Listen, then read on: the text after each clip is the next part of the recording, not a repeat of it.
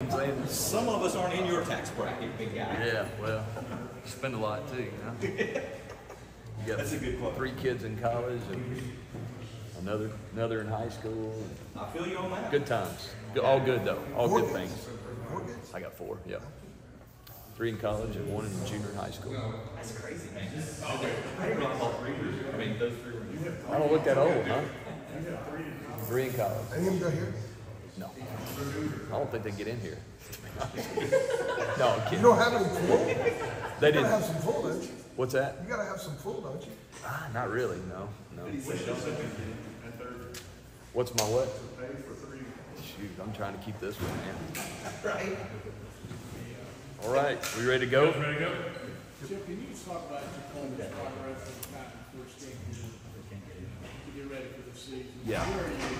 Yeah, he's made tremendous progress. And really, you know, he got here late in the summer and he got a lot of reps in fall camp early, but then you had to start getting ready for the first game. And just felt like that time Max and Connor were ahead of him from the standpoint of reps in the offense and so forth. And what I've seen especially since Max went down, not that he wasn't preparing before, I've just seen a bigger sense of urgency probably on his part from the standpoint. And it may be just because he's got more reps. You know, I think young quarterbacks that don't have a lot of experience, a lot of times they just need reps. They need to see things multiple times. You know, like I've said this before, like every play kind of has a life of its own based on the coverage you're seeing, right? So if you're running 4 verticals and it's cover 1, then it looks like this. If it's cover 4, it looks like this. If it's cover 3, it looks like this. And I think the more reps they get of seeing those same concepts over and over against the different looks that you're going to get, and now we're getting blitz, so we have to get the protection right. There's just a lot of things I think goes with that. Now, with that being said, he has played some and was a really good high school player. But seeing it the speed at this level and seeing it over and over, I think is the key. And the more reps he's gotten, I think the more comfortable he's gotten with the offense. Matt was just telling us about he essentially had a conversation with Jacoby and his family when he was, considering coming here. Like, Yeah. if you're looking to start, Right. just being honest, like that's not what you're going to get here. Did you have a similar conversation with him when he was kind of playing? Yeah. I think we always try to be really honest with him, and it was a unique situation because he had a relationship here. He loved it here. Just felt like the opportunity was better somewhere else at that time, and then things changed. Circumstances change, and so when we were in the market for another guy and he was interested in coming back, I think that was a real conversation. Coach Brown was adamant about let's be really honest with him of where we see him that he is. Now, not to say we were right either. You never know about injuries. You never know about he comes in here and lights it up. I mean, it was still a competition, but I think Coach felt like, we knew that family or they knew him before I did and wanted to be really honest about where and be real about where it is. That doesn't happen all the time around the country. Guys get told certain things and they go certain places, and then it usually a lot of times doesn't work out like they hoped. And we were just trying to be really upfront and make sure that we were honest about what we were telling him, and I think we were. Perhaps connecting some of these guys might be a little bit of a stretch, but because of those conversations with Jacoby, and he even admitted that he showed up to fall camp overweight and had about 15 pounds since then, do you think that maybe there was a calmness to his game the other day because he's relieved all the pressure from himself about being that guy? So when he's put in the situation, he's not feeling that weight like maybe younger guys who are really trying to play with? That's a great point. I think when he got here, he was honest about where he was from a standpoint of knowledge of the offense and his physical. When he decided to leave there, I'm not sure all the circumstances, but he wasn't in the normal routine of working out and being at training table and all those things. And then throughout the summer, he had to finish a class. So I think that he was honest about that, and he was honest about where he thought he was. I didn't have to criticize him. We had honest conversations. Hey, we need to get you in a little better shape. We need to get you back to where you can move around. And he's done that. He's worked really hard to get himself, kind of physically ready to go. I think looking for the future maybe even. And then, but I told him, you're really 2 snaps away from being the guy. And now it's an opportunity that he got the other day. And I think you're right. I think it was probably a little bit of a less pressure of the situation on him because of the way he came in. Didn't come in being told, hey, you're going to be our guy. You got to be ready to go. He came in with the ability to kind of get his feet wet. And it probably helped him. And I thought the other night for the first real action he's had, besides a few plays in the game before, I thought he handled himself. He had a calm demeanor. I thought he was very calm in the pocket. You can see he's got arm talent, and the ball came out usually on time.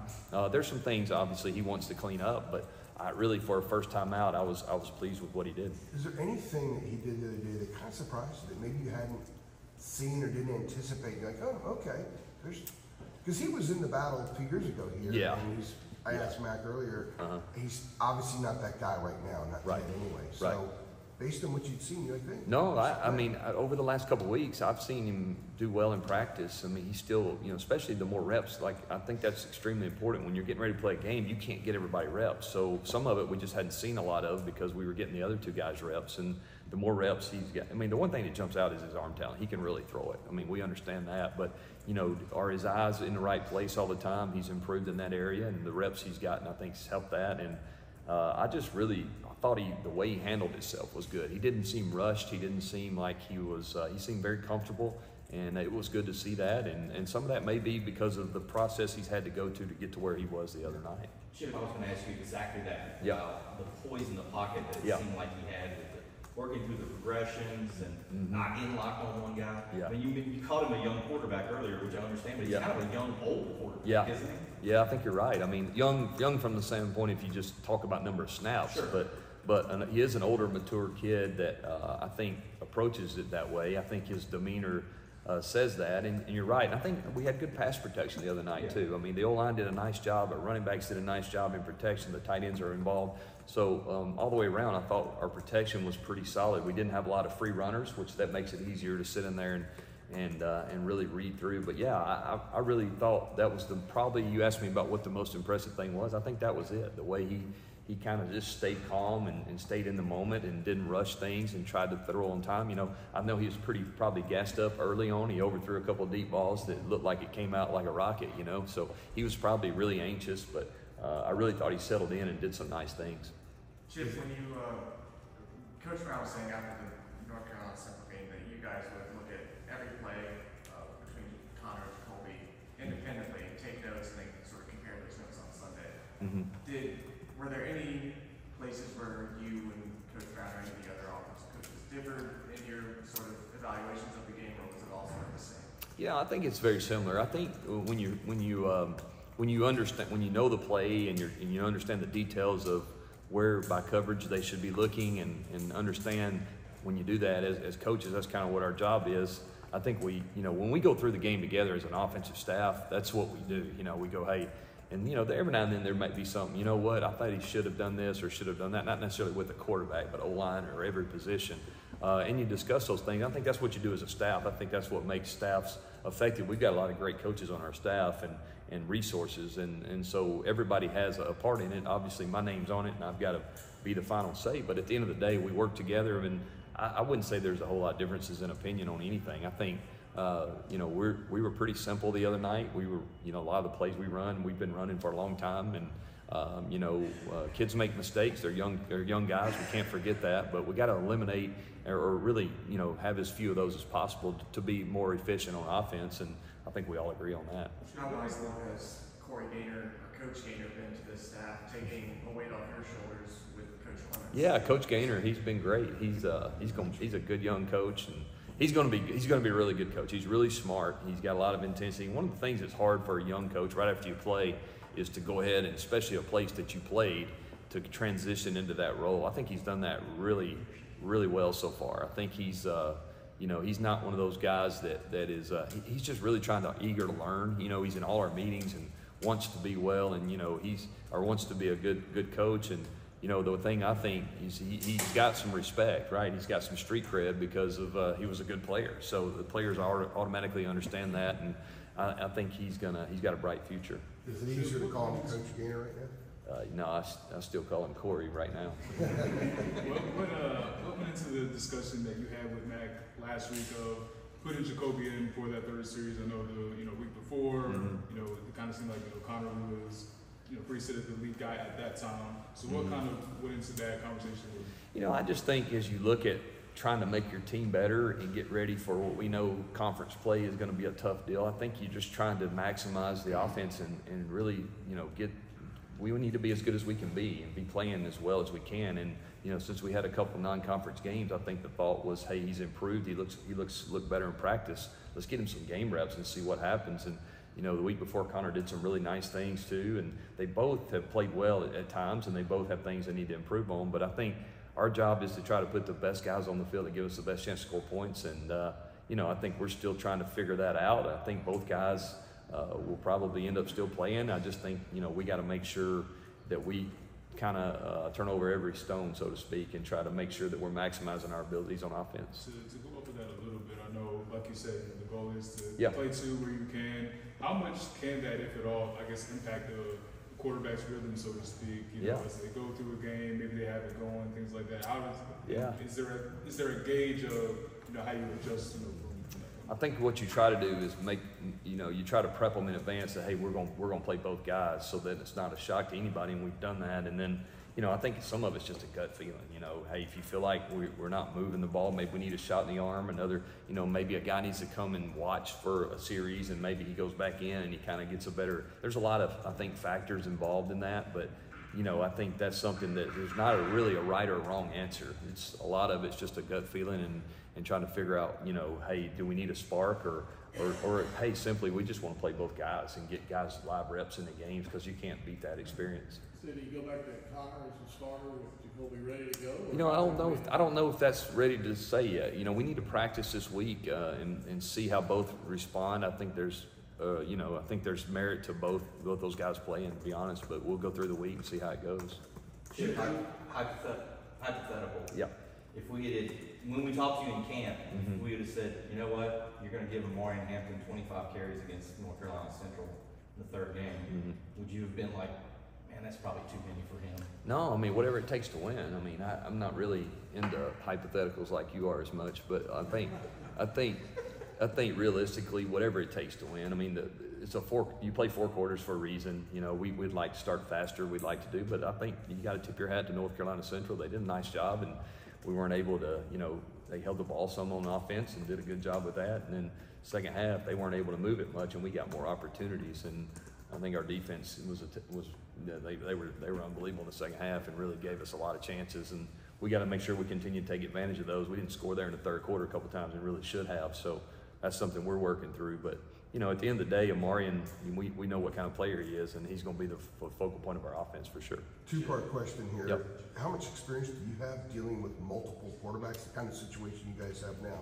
And as the coordinator and the QB coach, what is the added challenge for you as far as, you know, like managers get criticized, they take a picture out, put somebody in, gives them a home run. How do you that factor into kind of the way you guys You know what, I'm probably going to get criticized no matter what, so I think you just try to make the best decision you can no matter what. You know, I don't have a lot of experience playing 2 guys like in some kind of system or anything, you know, just haven't been exposed to that. Coach Brown I know has, and you've seen guys around the country do it and be successful with it. So, you know, I don't think that's an issue. I'm glad we have 2 that we think can play, and we'll just see how it plays out. I mean, one guy may settle in, and we may continue to play 2. I'm not real sure. Chip, we had a conversation. Talked to the conversation about pre-snap penalties a lot, even to the point where a guy makes pre-snap penalty, he's got to come out. Let's see that. You know, we didn't have as many. We had the false start, I think, by the receiver, right? Is that right, Jeremy? I think we had. How do you balance that when you have such a thin offensive line? I mean, what do you do to constant penalties when you? Yeah, I think one thing we've got to do. You know, we handled it really well on the road at Minnesota, and then we had a few the second game. So just keep trying to hold them accountable for it, and it's got to be a constant reminder, and it's got to be important to our guys too. And I thought the O-line really did a solid job. We did flinch out there at receiver one time the other night, but you know, we just got to keep working on that. The penalties set us back. How do you Oh, we got some intriguing ways to do that. You know, just reminders. Hey, we got to lock in and focus, and we do a great job in practice. We have referees here every day. That's the number one way. And then even the ones they don't call, we go back through the film and say, hey, this would have been a flinch, a false start. They didn't call it, or this would have been a hold, and really just try to coach good technique, good fundamentals, and teach them what a hold is, or you know, obviously jumping off sides. They know that. So, Chip, yep. It seems like some of those older receivers, you know, Nick Collins sounds like he's battling maybe an injury right now, but there's been some drops or just inconsistencies in that rhythm.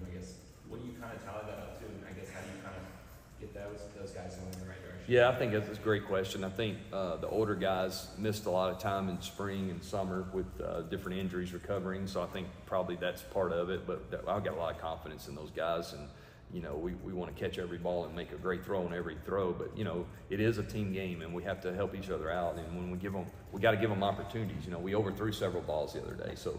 I think JJ comes to mind, Bryson comes to mind. Whereas we let them get their hands on it. Now maybe they make a catch. So we don't want any drops. We don't want any overthrows. At the end of the day, sometimes that happens. So we're a team. We're not going to blame people or anything, make excuses. We just got to, as a unit, do a better job.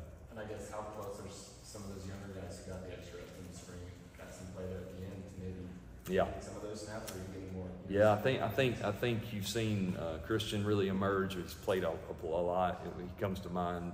Kobe's gotten back healthy and played more and more. And I think the younger guys just continue to grow. And Lonnie's doing a great job trying to rotate them. We did play. I think we played 29 guys the other day, 35 the week before. So we're trying to get them going. But it's a process for sure. It's a big adjustment coming from high school to college.